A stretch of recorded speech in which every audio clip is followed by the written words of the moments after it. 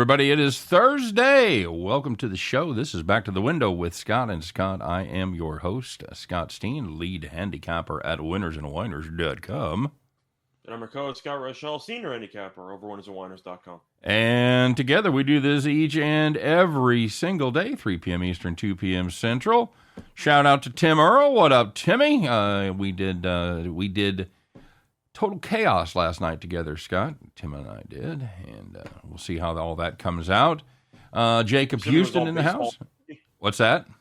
I'm assuming it was all baseball and hockey. All baseball, baby. All baseball. No hockey? No hockey. First true baseball show of the year. So, Can I tell you how mine went earlier in the week? How'd it go? So I ended up doing it with Sean Higgs, and we had the tiebreaker with Price is Right rules. Yeah, that's right. On totals for the Spurs-Pelicans game. He had 213. I had 217. Game landed 216. I believe I went over. So that's a loss right there. Yeah, so I lost by the Price is Right rule by 1 point. So there you go. Brutal. Growing up, that was my life's goal. I wanted to play tuba in the Price is Right band, just so I could play that part. Boom, boom, Nice. boom, boom. By the way, either that or the one with the yodel music when you have the hiker going up the mountain. Yeah. That's a good one too. Today's torture song, by the way, I cut Scott a break. Played a little Slipknot for him, so I know he enjoyed that. Well, it was kind of a medley today. Well, yeah, we listened to a little Bob Dylan, and we finished it up with Paradise City by Guns N' Roses, a song of which I made Scott laugh when I told him that I had my children convinced into their mid-teens that I actually played the whistle on the intro to that song. So, oh man, kids are so gullible. They're fun though. I recommend having some, Scott. You should get started on that, buddy. I'll keep it in mind. Okay, fair enough. Jacob Houston, happy Thursday. Absolutely. Let's cash some tickets, baby. King Me is in the house. Best bet, Dodgers run line and the Angels run line, keeping it in Southern California. Alrighty then. Does it concern you that so many people are on the Cardinals today at plus 120? I think that's a terrible spot for the Brewers. It's Woodruff going again. Scott and Woodruff absolutely sucked the donkey dick his last start. So I was going to say concerning is a strong word because if you're going by the short sample size of 2022, then the Cardinals should be like minus 130. Right. Wainwright was amazing his first start, and Woodruff was awful. Yep. But I do like the Cardinals in this spot. The issue is that Milwaukee's not a great offensive team. Woodruff, I expect to get under control at some point. I'm not sure if it's going to be this time around, but it's Wainwright. He's with Molina. You know he's going to pitch well. It's kind of just par for the course at this point. I do like the Cardinals, though. I think you're getting a decent price. Okay. Do you think the Brewers should be like minus 140? I don't. No, I would take. I don't hate Cardinals over 3.5 either. I feel like if you like the Brewers or if you were making the lines yourself unbiasedly, Brewers minus 120. Yeah, I think that's closer. I think 140 just seems ridiculous. Yeah, so the value from these Cardinals are. I think you got about 10% overlay there, so I'm on that. Yeah. Tim Earl says Tampa Bay, Oakland over Ocho. Already got there, so that's a nice win. Very good, very good. That's right. 'Cause that's the we talked about that. Oakland once again jumping all over Tampa Bay. So what is it, Scott? Is Oakland good or does Tampa Bay suck? Oakland's 4-3 now. That winning streak of 5.5? It's in jeopardy right now. They're about to win 2 in a row, 3 in a row? Yeah, they're almost halfway home. I mean, it doesn't mean anything. The Rockies are 4-1. I like the over for the Rockies win total when we did our breakdowns, but they're not good. You know, you get off to decent starts, it happens. Where the fuck did you get off on the Rockies? Because the point is that it's still early season, so Oakland's better than people thought. The Rockies are better than people thought. Does it matter? Not really. Like long-term over a 162 sample size, I'm sure Oakland and Colorado will still suck. Okay. So all right. Don't overreact a week into the season on what teams look decent. You got a long way to go. Very good. Tim Earl says Guns N' Roses are fire. You asked me if I like Guns N' Roses as I was playing that song. I said I like Appetite for Destruction, and that's about it. I didn't have much use for. Did you like Chinese Democracy? I don't think anybody will like Chinese Democracy. I remember I was with a buddy of mine, and he was like the world's biggest Guns N' Roses fan, and he like had it the day it came out. And we listened to it. And I went, dude, I don't want to tell you this, but this is not very good. Yeah, it was a meh. I mean, it's not anything special. So, Jacob, you're saying that Woodruff under 17.5 outs is plus 140? 120. Well, then he said 140 after that. The under? 140? The under? Plus 140. I mean, that's... I don't know what book you have, but I feel like that's a play you got to make on principle, right? Yeah.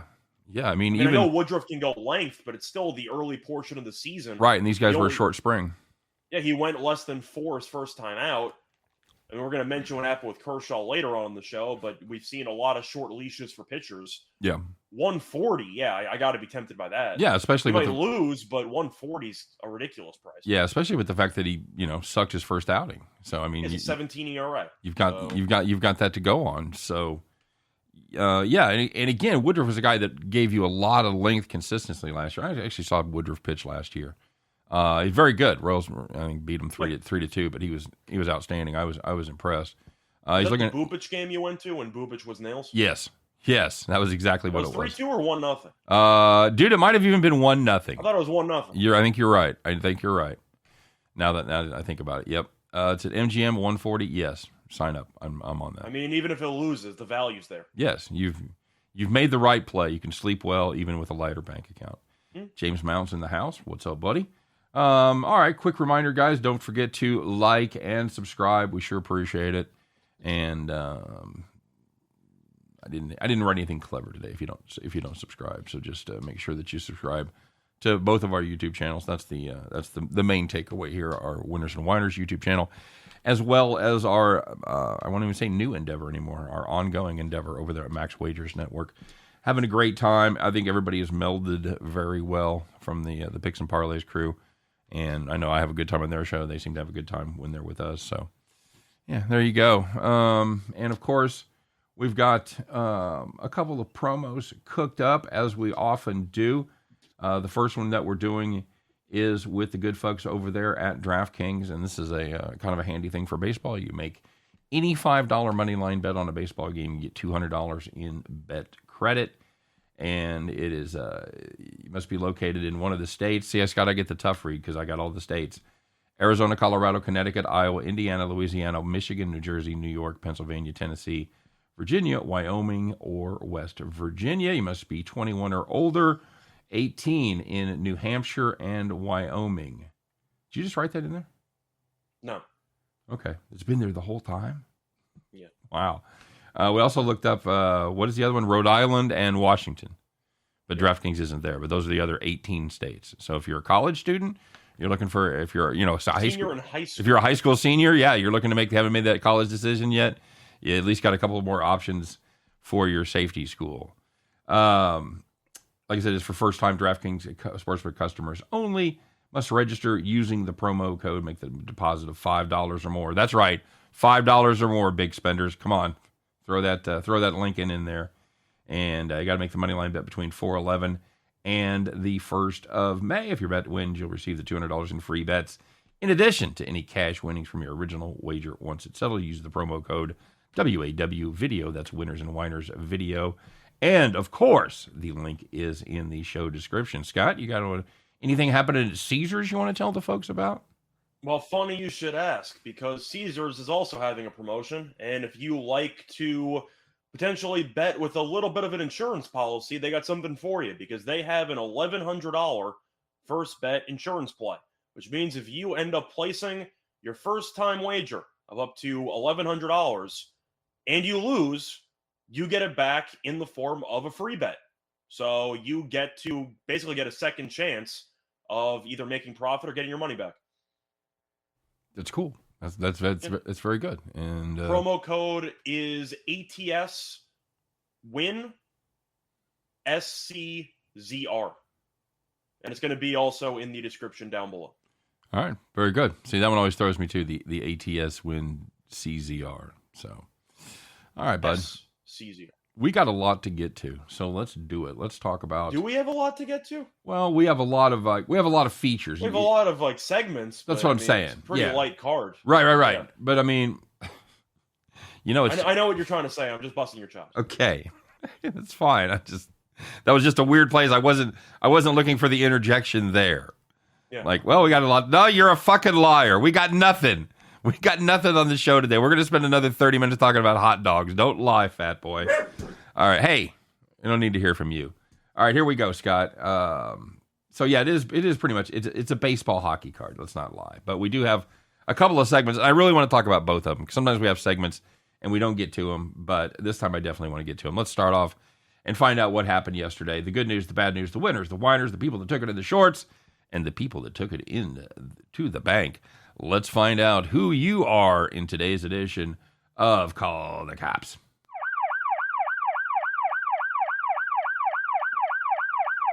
All right, very good. If you had the Hawks and the Hornets on the under 234.5, you probably thought you were good when you were sitting at 4 minutes and it had barely climbed into the 200s. You're at 205 with 4 minutes left. Scott, do you think you're good there? You usually are, unless it's the NCAA tournament. Right. And it wasn't, I mean, it was sort of a close game, but it wasn't like NBA close where you really thought it was going to be a lot of scramble. Guess what? Well, you're wrong because they scored 30 points in the last 4 minutes. That game landed 235. Yikes. Would have been a worse beat because most numbers were available at 235.5. But you had the very nice block there with LaMelo trying to hit a layup down 29 points at the buzzer. So, what did you text me when that happened, Scott? I bet you, how much money do you think LaMelo had on the over? Exactly right. But either way, going to baseball, if you had the Orioles plus 1.5 on the reverse run line against the Brewers, it was a tie game entering the ninth inning. The Brewers scored 2 runs in the top of the ninth, including a 2-out RBI double. So it was 3-2. You had a shot there, but they gave up another run, and the Orioles went quietly in the ninth, lost 4-2. Orioles, Jesus, that's. I don't know if that's the worst one of the year yet in baseball. It's certainly not good, not good at all. Hey, if you had the Cubs Pirates over 8.5, well, as you suspected, there was some shitty pitching, and it happened early. 8 runs in the first 4 innings. You got that beer, you pop the tab, you're just going to sit back, you're just going to wait for that last run to come. I think you need to say that again. How many runs they have? At 8. 8.5? 8, Scott. We need 1 run in the next 5. That's it. Okay. One run in the next 5. And it wasn't tied 4-4, by the way. So you didn't get it. That's why you're on this segment. You didn't get that run in the last 5 innings. You sat in that 8, much like the 4 that I had in the Padres game, Scott. I took a little shot at the over 6.5 and did not get there. So scored no more runs from the time I made that bet. Very similar to that. Either way, call the Cops. Yeah, not a fun time. I see people mentioning in the comments section about the Astros, how they ended up leading in the 10th inning and gave up 2 runs there. Yeah, I mean, the McCormick drop was pretty brutal. But it's extra innings. You score 1 run in the top of the 10th. Yeah, a bunch of random shenanigans always happens in extra innings. All right. And let's not going to lie. Just for the sake of brevity, we keep it at 3. Sometimes there's 5 or 6. And yeah, pretty much. Editorial decisions must be made. So, sorry. If your Cops didn't make it, we apologize. Oh, this is where I talk. Okay, cool. Yeah. I mean, I was waiting for you to segue into. I wasn't expecting a point of interjection there. So it's only like our 300th show, so I'm still kind of getting the hang of it. All right, here we go. Working out the kinks. He's still working out the kinks. So there was some good news. There was the people out there that had those easy winners, and yeah, you know the drill because you were sitting in the rocket chair. So the first one, if you had the Guardians, team total over 4.5 against the Reds, hitting the ball pretty well lately. They scored 5 runs in the first 4 innings, and they finished with 7. Very good.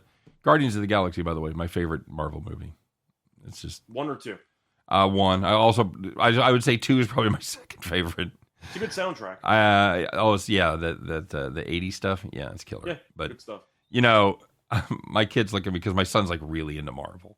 And goes to all the premieres and the whole thing, and I tell him that's my favorite Marvel movie. He just fucking shakes his head like, yeah, okay, whatever. I'm not gonna lie, I love the talking raccoon. It's just, it really does it for me. Scott, if Yeah, the Red Sox Tigers over 7.5. Well, that one was pretty easy. You know how you don't get beat in the last 5 innings, Scott? You just fucking do it in the first 4. They put up 8 runs in the first 4, but because it was 7.5, instead of 8.5. See, there's a difference. You win. Congratulations. Game ended 9-7, so you'd have won anyway. Congratulations, Red Sox Tigers overholders. You cashed that ticket early. And the last one was actually my play of the day. If you had the Spurs and the Pelicans under 226.5, you had 2 quarters with less than 50 points. So you were in pretty good shape, and the game landed 216. Never doubt. Man, yeah, well, we'll talk about that because just a couple of no-shows last night. Yeah, we got to talk about this too because this happened right after we got off the air, right? I believe so. Yeah, it was really close. And of course, gambling Twitter and baseball Twitter are all... I think it happened during, actually. During the show, was it? Yeah. Did we talk about it? I believe so, yeah. I mentioned it briefly, and then they... Yeah. I couldn't remember we talked about it on the show or we were talking about it. We were talking after the show. Anyway, you guys might suspect who this is. It is the... It could be some blame to go around. We're going to find out. Let's first we have to make the award. Let's find out who's wearing the golden feed bag today. It is the Thursday version of Donkey of the Day.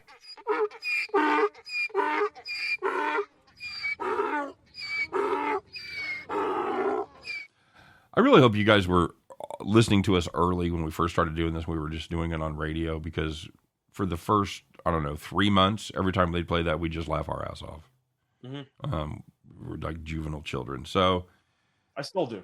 I chuckle. It's hard not to. It really is. So Scott, Clayton Kershaw yesterday, just like we predicted, he was all the way back. Great pitcher, Hall of Famer, having his best season ever. No, I said I thought he would. I thought he would not be good. I thought he'd be fine.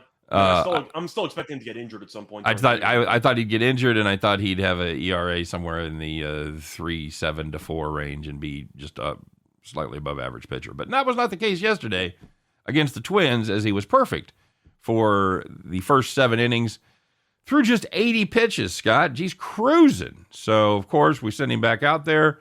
It's early in the season, so maybe you only let him get a hit or put a guy on base, whatever. Nope. We're going to put it in the hands of the Dodgers bullpen. It's a nice, easy lead. Dodgers were up, I think, 6-0 at that point. They hadn't won late. Either way, they had it well in hand. So you don't let Clayton Kershaw go after his perfecto. Scott, agree or disagree? Well, Kershaw postgame basically said he had one simulated start of 75 pitches, and that was what his ceiling was supposed to be, give or take, whatever. I don't give a damn. You're going for a perfect game.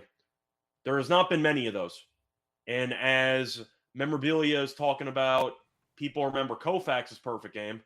Maybe not the rings as much from the 50s and 60s Dodgers, because perfect games are insane. I think you got to let him try it. Worst case scenario, you bring him back out for the eighth, and you just see how he does. You monitor him carefully. You mentioned the one base runner idea. That's fine too. At least let him try. I feel like Kershaw at this point is such a veteran pitcher, and to be honest, he might be the best pitcher of this generation. I know the playoff numbers don't back the second part up, but regular season, he's the Peyton Manning of pitching? Yeah, I would say that he would century? I'd say for the aughts. Yeah. Or the the 10s rather, sorry. I'm saying, I say 21st century. He's probably the best pitcher in the regular season. Yeah, I think you could probably find a lot of statistics to back that up. I would guess he's got close to the most wins, and yeah. He's a first ballot Hall of Famer. Yep. He's earned the right. He'll get his jersey retired by the Dodgers when he retires. Let him decide. Can you let him choose if he wants to potentially go out there? Do you know that he didn't decide? Do I know if he didn't? Do you know for a fact that he did not decide? I feel like Roberts probably gave him a pointed question and said, we're going to sit you. You okay with that? And I'm sure Kershaw, being a good team player, said, do what you got to do. And Roberts pulled him. That would be my guess of what happened. My guess shades the other way. My guess is Kershaw said, you think Kershaw was the one who decided I'm done? Said, Skip, I'm done. Yep. And I think it's exactly because of the shortened spring training. I mean, having guys pulled early in the season when they're in the middle of a no-hitter is not unusual. So the only thing that gives it a little extra color is the fact that it was a perfect game. But I just think it was a pointed question. Kershaw should have probably done a better job of pleading his case. I think Roberts would have kept him in if Kershaw had a Scherzer moment and was about to throw a massive fit if they were going to actually pull him. But Kershaw, pretty reserved guy emotionally. Occasionally he'll, have an angry moment, but every pitcher does at some point. But I feel like Roberts should have read the room a little bit better and at least let him come out, taking a batter at a time. Just see what happens. See if he can get through the 8th inning in 10 pitches. Okay. Well, if Roberts made the decision, I think he is a complete 100% wanker, because that's a possibility for just a moment, immortality almost. I think it was mutual. I don't think that he acted alone. I think Kershaw might have been leaning him to a direction, but either way, you got to at least try. Like, you're standing in the way of history. You got to try something. Jacob Houston said Nolan Ryan threw up in his mouth a little yesterday. Yeah, I was reading somebody tweeted either 70 Sports Takes, which is a great follow. But I think he said Nolan Ryan threw 235 pitches in a start, and then made his next start on 3 days rest, and then pitched 19 more years. Mm. So, to me, that's kind of the elephant in the room that we just haven't talked about over the last 5 years, is why pitchers just can't go the distance anymore. You see complete games, and you and I use Baseball Reference a lot, and you see some of the old timer guys, or some of the guys that even earlier in their careers had 7, 9, 10 complete games, and you just don't. That is unheard of. I mean, now we've mentioned this in the past, where I feel like I can't make the same case with Nolan Ryan because he had the velocity that a lot of guys didn't have. I feel like at this point, with the amount of speed or velocity, I should say, that these pitchers are throwing out with the spin rates and everything like that, because of how much sheer force you're generating, you're kind of pushing the limits of the human body, right? I think that's the case. I think that's the case you have to make. And even though these guys are in better shape, they certainly work out harder. But you're right. There's a certain, a human being can't run a 40-yard dash in a second and a half. There's a ceiling, and it's the same with throwing a baseball. It seems to be somewhere about 104 or 105, maybe, if you believe some shit. But that's it. So the strain that it puts on the arm, the shoulder, the elbow, the wrist, all that shit. Yeah, it's something that you've only got so many in you. So I think that's probably. I just feel like at some point you can make the case. Well, Jordan Hicks, I remember when he got called up for the Cardinals, he's throwing 106, like with some movement on there, and what do you know? His arm blew out. Like, it's a situation where you can train all you want. The human body is only capable of doing so much. Right. So at some point, you're going to keep pushing the boundaries. I do believe eventually they're just going to reach a point where the body can't handle it. Yep. Lane Ellis says analytics is changing everything, and that's why some of these pitching stats will never be touched because of the way they're rotating pitchers. Arm strength as well. Yeah, that's absolutely right. You're going to see, obviously, complete games, wins. I don't know that anybody will ever win 30 again. Win records, because you're getting them out. In a season? What's that? You mean in a season for wins? At some point, we're not even going to see, like you said, 30. I think 25 is almost unachievable at this point. You'll have the weird season because they're making 33 starts roughly. So but it's also about innings. I mean, some of these starters don't even go 5 innings anymore. Correct. And if they do. If you just go 5, obviously you open up a potential for more lead changes and more variance as far as what the game's doing. Let's face it, if you're a starter going 7 or 8, you probably had a pretty good handle on who was going to win the game, and a lot of times you were in charge of it. I think the Royals put the final nail in the coffin of that with their bullpen that they had back in their run in 14 and 15, where they just really needed their starters to go 6. To go 5 or 6. Well, yeah, I mean. 6 ideally, but even 5 you could work. You had a rotation of 5th inning guys, but you had the 7th, 8th, and 9th guys. The 7th, 8th, 9th inning, you had that role with Herrera and Holland and Davis. Boom, and it was I think a lot of people took notice of that and said, "No, well, shit, there's no reason to push our starters." So, and it's certainly a trend that started well before that. I was gonna say I'm fine with that philosophy in the playoffs. But in the regular season, when you're eating up innings and you don't have many off days and you're trying to keep your bullpen rested, you kind of need your starters to go at least 6 in some spots. Yeah, that's true. And I mean, it wasn't something, but it was just what it did was if there was a you could put a weaker starter in there if you knew you had a shortened bridge. Disagree that these guys are not average individuals. Oh, they're gifted athletes. They get paid a lot of money. I'm not saying they're not gifted athletes. I'm just saying when you're talking about what the human body itself is capable of, eventually even peak genetics is going to reach a point where you just can't go any harder or any faster. And I feel like if you keep putting so much torque and so much strength in your training all the time, your body's just going to wear down. I think that's the only excuse. I mean, because you can't say these guys are softer.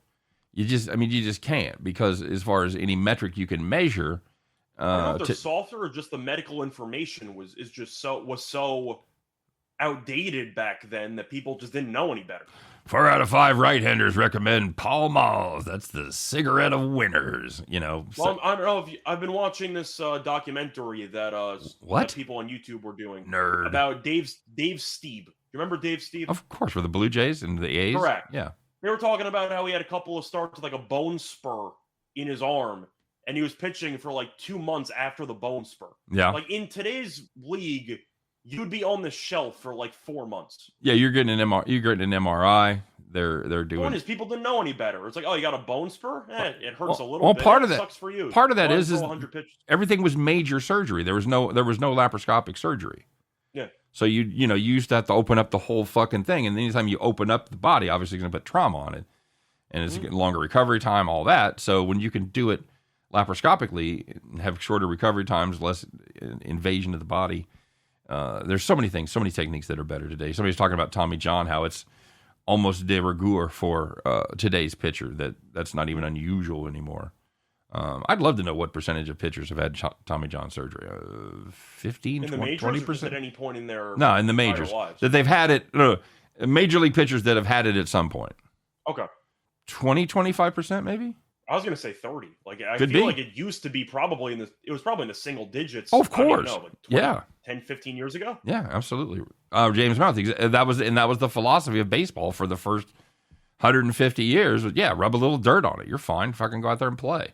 And I think a lot of these guys had shortened careers because of it, you know. And then you had just freaks of nature like Nolan Ryan. In Nolan Ryan, Scott, I know you live in the city, you're a city boy, but out here in the flyover country, we got something called country strong, where you're not a fucking gym rat, you're not lifting weights, you're out there fucking tossing bales of hay, you're just doing shit, you're active, you're fucking working out, you're just fucking country strong, and that's what Nolan Ryan was. Yeah, country strong, yeah. Yep, exactly right. Same thing with Bo Jackson.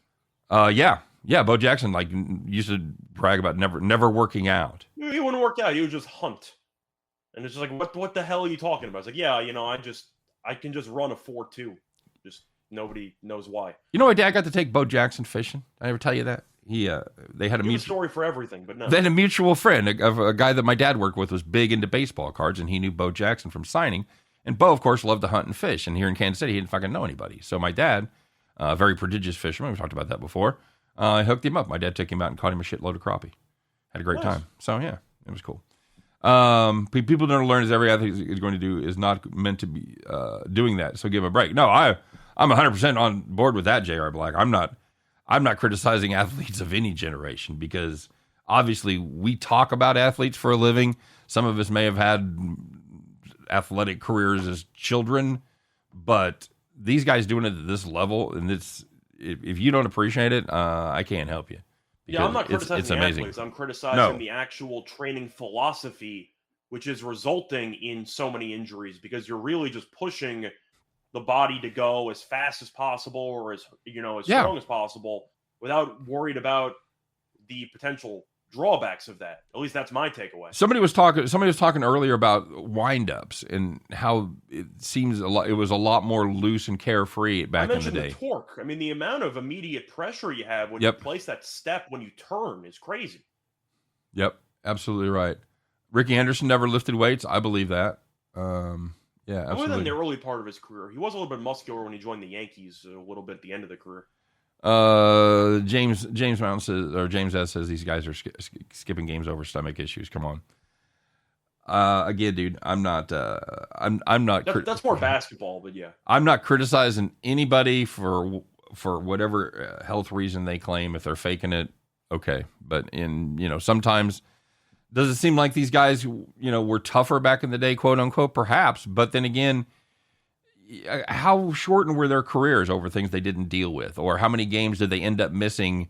Maybe they missed 40 games over something they could have got taken care of today and missed 10 games, I mean, I'm also not sure if the players are softer or just they didn't have enough media coverage back then, so you didn't really know when anybody was skipping games for weak reasons. Right.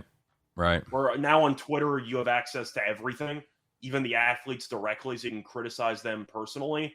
Where back in the 80s, if somebody was injured, you didn't find out about it until either the game or the following paper. Yeah, absolutely right. So, 1777 saying the hitters are better now. It's the stress. Yeah, and that's a real measurable thing that if you follow Sabre Analytics stuff, they talk about high leverage and low leverage. So I actually used that in a non-baseball context yesterday. My wife had a rough day at work. I said, "No, sorry, you had a bad day. It was a long day." She goes, "Well, I had to work 6 hours." I go, "Yeah, but it was high leverage." So, yeah, I got to explain that. So, you know what? We got something else to talk about here, Scott, and this we have to address this as well. We don't usually do two, but again, these both deserve to be mentioned. So we're going to take a break on solving the pitching problem right now, and find out who didn't piss us off yesterday. But my God, how disappointing! How disappointing could they be? All right, Scott. We could have also nominated this team for the Not Exactly Fast Learners Award. What do you got? So it's going to be the play-in game in the Eastern Conference with the Hornets in particular, as they took on the Hawks yesterday. And we know that the Hornets got killed. However, that is not a new story because the Hornets were in the play-in game last year and they got killed again. So to go through the actual numbers here, it is the second straight season that the Hornets lost a play-in game by more than 26 points. They lost by 27 to Indiana last year. They lost by 29 yesterday. To make matters worse, the Hornets had a poster put up of the ESPN score from that Pacers play-in game. And instead of losing by 27, they lost by 29. So you might need a new motivational poster. Oof. God. Just saying. Not good. Not good. Not good. Not good, Bob. All right. Very good. I liked Atlanta yesterday, but I didn't like them that much. I thought they'd win by 7 or something, but 29. Like Charlotte, after last year, you got to show up. I went total contrarian because you look at it and Atlanta kind of jumped off the page, and then you're like, wait a minute. And again, you try to, anytime you see something like that, I always try to take the other side and give myself reasons not to take it. And I found enough of them that I actually ended up taking Charlotte. So much for the contrarian play of jumping on the Dogs. Bad day for the Dogs yesterday. It wasn't your fault that nobody on Charlotte could shoot. LaMelo was awful. Rozier was bad. Nobody really did anything. No. The entire team just no-showed. And they also couldn't guard anybody, which we already knew. Yep. Not good. Not good at all. All right, my friend. What do we got going here? Dan says cringe. I don't even know what that's about. It could be. I am going to ask, though, do you think that's a coaching issue? Like, how many times... I think Borregos is a decent coach. Yeah. I do think the roster's flawed. Plus, you're also missing Gordon Hayward, who you're paying $30+ million and he's injured all the time. Right. But at what point do you realize that the coach maybe is just not doing enough to get the team motivated for big games? Yeah, I don't know. I mean, when you have guys that come out and don't make shots, I don't know how you can coach that. I don't know either. I mean, do you want him to go out right before? Don't forget, guys, don't miss fucking shots. Okay. I think it's the defense as well, though. Like at some point, you got to change up the philosophy. I know that Charlotte's roster doesn't have many great defensive players, but at some point, you got to change the philosophy. You got to dig in or something because you can't keep giving up 130 in playing games. No, I think if you want to take issue with the defense and maybe the offense not getting enough opportunities or not getting favorable opportunities because the defense sucks. You're not getting anything in transition. I mean, that's certainly a conversation you could have. But as far as just shooting goes, I don't know how you blame the coach The there. shooting is what it is. Like, they had a bad game, but defensively, they've been awful for what, 2 years? Yeah, that's it. Peter Wolf is saying exactly what I was bringing up. Yeah, defense can absolutely be coached. No question about it. You can scheme. You can put athletes in better positions. A lot you can do on defense. That I think if you're looking for an in-game wager next year, I do not mind Borregos to be first coach fired midseason. Okay. Like, if they end up struggling out of the gate and the defense doesn't improve, Michael Jordan might get the quick trigger and might just move on. Possible. Wouldn't surprise me. Moving the ball offensively can be coached as Pop of the Spurs. Yeah. Well, I thought Borregos was a disciple of Popovich, wasn't he? Yes, he's on his tree, right? Yeah. That's what I thought he was. Yep. So, and maybe, I mean, do you tailor, it's kind of the age-old question, do you tailor your offense to your athletes? Do you tailor your athletes to the offense? I'm a bigger believer in trying to work with the talent you have instead of forcing them to fit your system. I think it's kind of a compromise on both sides, but I do think you need some fluidity there. And Right. I do believe that constantly adjusting to your overall roster is definitely the way to go, at least in my opinion. There's no point in trying to jam a square peg into a round hole. What do you think of a Titan getting drafted in the first round? It's at 475. I'm really trying to think if you're looking at a situation where a tight end would be taken. I don't see it. I mean, the favorite is going to be McBride, right? The Colorado State tight end? Yep, that's what they're talking about. Or not, it's O'Brien, right? That's his name? What the yeah, I can't remember. But yeah, it's the kid for Colorado State. Yeah, I believe it's O'Brien, I think. Might be butchering that, but either way, I know he was great, but I don't think he's going to be a first-round pick. You think he'll be a Yeah, success? it's Trey O'Brien, right? Trey O'Brien. Are you looking it up? LaMelo just needs to be more selfish and just take over this team. Different, but I like it. He's a good kid, good talent. I can see that. Yeah, like Trey. Trey. Okay. Yep. Hornets had one of the worst defenses in the NBA in terms of points allowed. Yep. I agree. Well, that's what I'm saying. It's a situation where you can point the fingers at the players all you want, but you're going to end up blaming it on the coach anyway, or the coach is in charge of organizing that philosophy, and Borregos isn't cutting it. Yep. He's saying it's McBride. Yeah, okay. So I thought it was O'Brien, McBride. Yeah, either way. I watched him. Trey at McBride, State, yes. Now they hear the right. name altogether. Yes, that's it. He reminds me a lot of Kittle. Now, I'm not sure if he has the same athleticism as Kittle, but he's definitely a freight train when he has the ball in his hands. I don't think he's going to be in the first round, but he will be the first tight end off the board. Anthony Beblo says I may need a motivational poster after tonight's play of the day.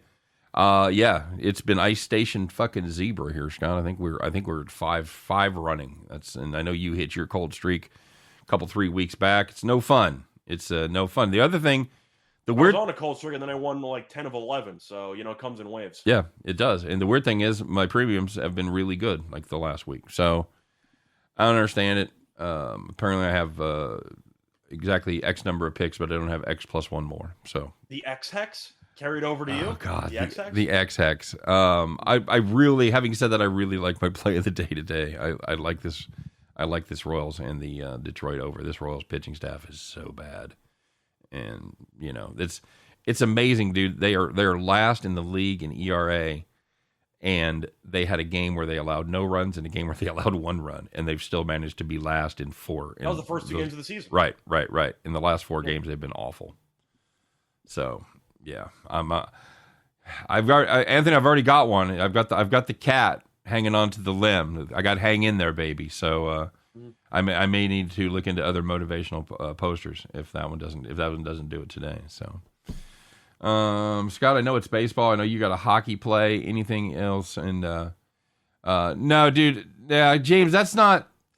I appreciate that sentiment because it's a free pick. But then again, if I'm presenting myself on YouTube and I'm asking people to watch me, presenting myself as someone having a modicum of knowledge about what I'm talking about, then I expect to win. I certainly expect to put up more winners than losers. So while I can understand that, I don't use that as a cop-out. It's like, well, it's a free pick, so fuck you if you lose. It was not my fault. No, I don't do that. If you guys take the time to tune in, if you watch, make some comments, put your own plays in, whatever, then my part of that contract is to put as good a picks out there as I can. So winning 5 straight. To be honest, I'm just a prideful person. Well, then there's that, right? Which is a whole separate thing. I do it for pride. Because, Yeah. of course, you have a premium service. I don't. So I'm just giving out the free stuff because I like doing free plays. But it's all about pride for me. Yep. Very good. Your favorite baseball? I see Brad talking about his best bet is the under 8 in the Braves Padres game. I like that as well. Morton has been really just consistent for about a decade and change. Yep. Musgrove usually gets off the hot starts, then kind of fades at the halfway point of the season. But I do like the under there. The Padres offensively have been okay. The Braves offensively, can we say, have been a bit underwhelming? Yeah, they have so far. Braves averaging just 4.9 runs per game, which probably puts them right about in the middle of the pack as far as. But again, it's kind of misleading because with this few of games, if you get I think they scored 16 against Washington. So if you look at the rest of them, it's not that impressive.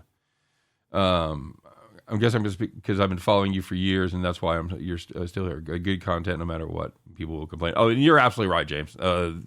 People, and because I'm engaged with the comment section, it's people know I'm going to see it in there. So and I definitely get roasted, and as long as people keep it respectful, you're okay. If you're a dick about it, you're going into the airlock. It's just the way it is. What's your favorite baseball play tonight, buddy? So we're saving one of our plays for baseball. What's your second favorite baseball? What's your second favorite baseball play tonight, buddy? I was going to say the play that we're going to have is going to be quite amusing. Let's put it that way. But looking at the rest of the card here, I do like Toronto in the spot tonight. I know the Yankees, of course, as a fan, I thought were a pretty mediocre team going into the year. We both weren't big fans of them. Guerrero Jr.'s potentially hungover from his 3 home run performance yesterday, but you have Gausman against Severino. Both pitchers were not great in their first outing, but Severino only went 3 innings. Of course, it was one of his first appearances since the injury last year. So he's going to have a relatively short leash. The Yankees bullpen should be a bit taxed because Cole did not give them as much length as they wanted. But the Yankees minus 135, I think Gausman's better than Severino. And Toronto's been hitting the ball better than the Yankees. Give me Toronto at plus money. Yep. You? I don't hate that. I don't hate that at all. I hit that yesterday as a premium. I'll write it again today. I'm a fan of the Chicago Cubs, Colorado Rockies under. It was 11.5. It's down to 11. I don't love that as much, obviously, but because 5-5 doesn't give you the win. That's the problem. You were tempted what? I was kind of tempted by the Cubs in the game against the Rockies. I know the Rockies are 4-1 and that they're at home. Right. I'm not laying with the Rockies. The Cubs are a decent team. Yep. They didn't perform well yesterday, mostly because Hendricks got absolutely shelled. But Freeland has an ERA of 12+. Steele gave up no runs in his one outing. Yeah, he was There's some value on the Cubs. He was very efficient. He faced 17 batters, retired 16 of them. So Justin Steele was decent last year. We'll see if he's taking a big step forward this year. I think I'm just anti-Freeland. I used to be a big Freeland guy. Yeah. Especially when he started the wild card game against the Cubs a couple years ago. Then he hit a wall, got injured, and he's been pretty underwhelming ever since. Okay. Kingme says he likes the Rockies there. If you do can go either way, but I think it's a coin flip. I'll take plus money on a coin flip. I said if you do like the Rockies, you're getting a decent price there. So, all right, buddy. Well, let's move on. Let's do it to it. We've got one thing left to talk about. We are not heading into this segment on a winning streak, but we are going to get ready to start a new one. So, it's sort of a meme play, Scott. Well, yeah, it's a meme play. It's a fun one. Okay, all right. So I see we're not alone though on the potential play. So there we go. Of course. Yeah. All right, buddy. Let's get ready. It's Thursday. It's almost the weekend, so you can wear those overalls one more day. You don't have to have your fancy weekend overalls out, but put them on, would you? Put your straw hat on. Join Scott and I as we put our straw hats on. Climb aboard that John Deere. Get that lucky keychain out with that rabbit's foot. Give it a rub. Put them in the ignition and get ready, folks, to bet the farm.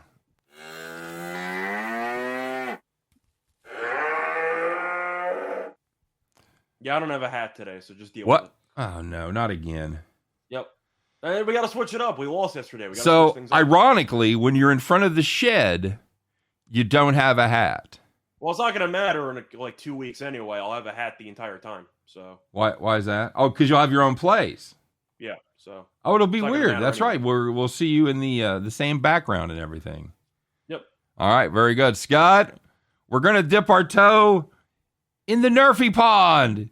It's the Nerfy pond, everybody. No runs, first inning. Phillies, Marlins, -120. It's me, right? Yeah, it's you. Okay, that's why I was doing it. I just had a horrible you. feeling. So, couple reasons for this. Number one, it's trendy. All the cool kids are doing it. No, Miami. The next time they score in the first inning, it'll be the first time. They have not scored a run in the first inning so far this season. Meanwhile, Philadelphia, they're right in the middle of the pack. They score a half a run per first inning. That is 15th in the league.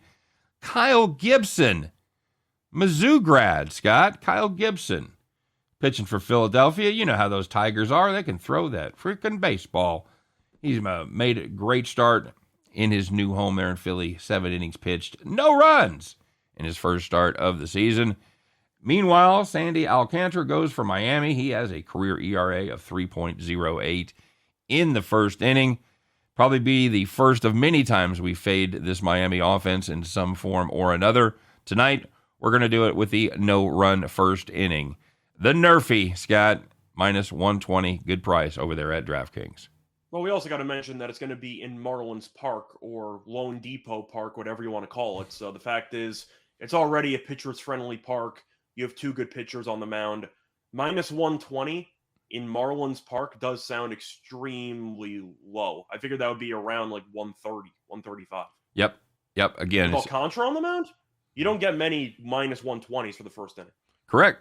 We're going to take that. It's a very good price. I know this Phillies team has been hitting a lot, and that's why the price is down. But I think Alcantara can at least get through the early part of that Phillies lineup with limited damage. So that's going to do it for our farm play, and that's going to do it for the show today, guys. Thanks for stopping by. We really appreciate it. Don't forget to stop by tomorrow. We're going to have Allie Burns on the show. And, of course, right after that, we'll be doing our NASCAR show as we all thudded back to earth last week, Scott. That thud you heard was everyone crashing back to the ground after a pretty good week the week before. But we're going to talk about that on the NASCAR show and preview my favorite race of the season. It's the Bristol race on dirt that'll be on Sunday night. So, you guys, stay tuned for that. As always, we appreciate you being here. One more time, don't forget to like and subscribe. We appreciate it. Appreciate you. Appreciate all the comments. And, we'll just do it again tomorrow. You guys check us out. Usual time, same bad channel. Friday afternoon, 3 p.m. Eastern, 2 p.m. Central. Scott and I will once again do our very best to help you to head back to the window. Take care, everybody. We'll see you then.